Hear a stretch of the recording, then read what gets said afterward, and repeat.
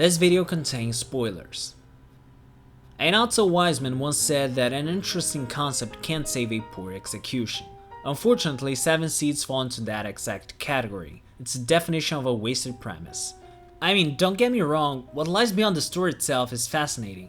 Concepts like survival of the fittest, the needs of the many outweigh the needs of the few, hope in death, nature versus nurture, these themes are all valid and interesting by themselves, but the way the narrative tries to communicate them to the public leaves a lot to be desired. For those who don't know, and I certainly didn't, 7Seeds was a 2001 shoujo manga written and illustrated by Yumi Tamura and was concluded in 2017. I haven't really read the manga, so I'll be only talking about the anime adaptation here. The premise is that the world has ended, leaving only a few survivors who were chosen for a secret government program to repopulate the Earth. We follow two different viewpoint characters, Natsu and Hana, and that's where the first problem lies. The constant change between characters slow down the pacing and the story loses all its energy. Ideally, the changes between these viewpoints should increase the tension, with scenes stacked on top of each other, culminating in the climax. But there's no sense of structure here, so much that Natsu and her team are almost supporting characters by the end. We'd have to either remove this viewpoint hopping, or give an equal amount of focus to each one. I favor the latter because in the future the story might lend itself to some interesting questions about every side having a valid point in their actions, no matter how bad they seem to the other side. Now, as for her point of view characters, while Han is okay, Natsu is not. Her lack of agency makes her boring. That could work if that trait was explored more, or if she was given more things to do in the story. Maybe that could lead to her fall. Maybe she could learn to be more assertive if she saw the consequences of her weakness. Maybe someone could die because of her lack of faith in herself, I don't know. The point is, if she's supposed to be one of the protagonists, then make her the focus.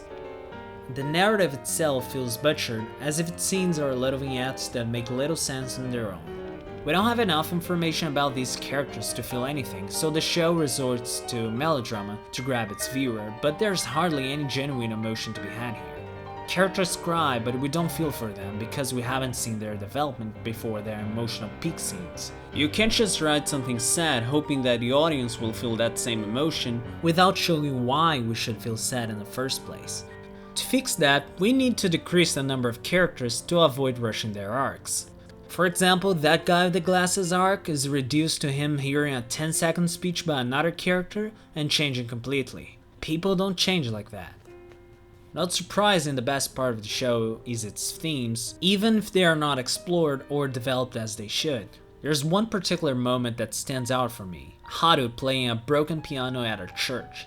He always had a love and hate relationship with his art. The pressure and expectations made him numb to his own music, so he feels liberated after the world has ended. Playing that soundless organ, he managed to connect with someone. With no sound, he could make music. Art as an expression of humanity. That's all very beautiful, but it's just one moment that has no connection with the story at large. This was Haru's moment to shine, and he did, just to quickly fade into the background whence he came. Another particular moment is when someone evokes that animals are just like us, living beings struggling to survive. But still, we have to kill them or risk being killed by them. Interesting concept, and that's it. It's not explored or developed. In fact, it's not even mentioned again. My favorite episode is the 7th one. It's a flashback detailing the life of people in some kind of vault while a disease is being spread. There's this ventriloquist who hides his feeling behind his puppet, always putting on a happy face, accepting all kinds of horrors done by his boss for the greater good. In the end, there's a mass suicide, and the whole hope in death theme shows itself that I finally understood what the show might be about, or what should have been about: the clash between life and death. The people in the past found hope in death, while the people in the present might arrive at a different conclusion. Like they said in the beginning, the new world can either be paradise or hell, and I believe that'll depend on their nature. There are so many thought-provoking questions this show can pose, but as it is, I don't think it says too much. Maybe I'm wrong, maybe part 2 will be amazing, but I can't really recommend this one unless you want to be disappointed by what could have been. So, what do you think of 7Seeds? Leave your thoughts in the comment section below, and if you like this video, please subscribe and leave a like. And if you do subscribe, don't forget to click on the bell so you never miss an update. Thanks a lot, guys, and see you next week.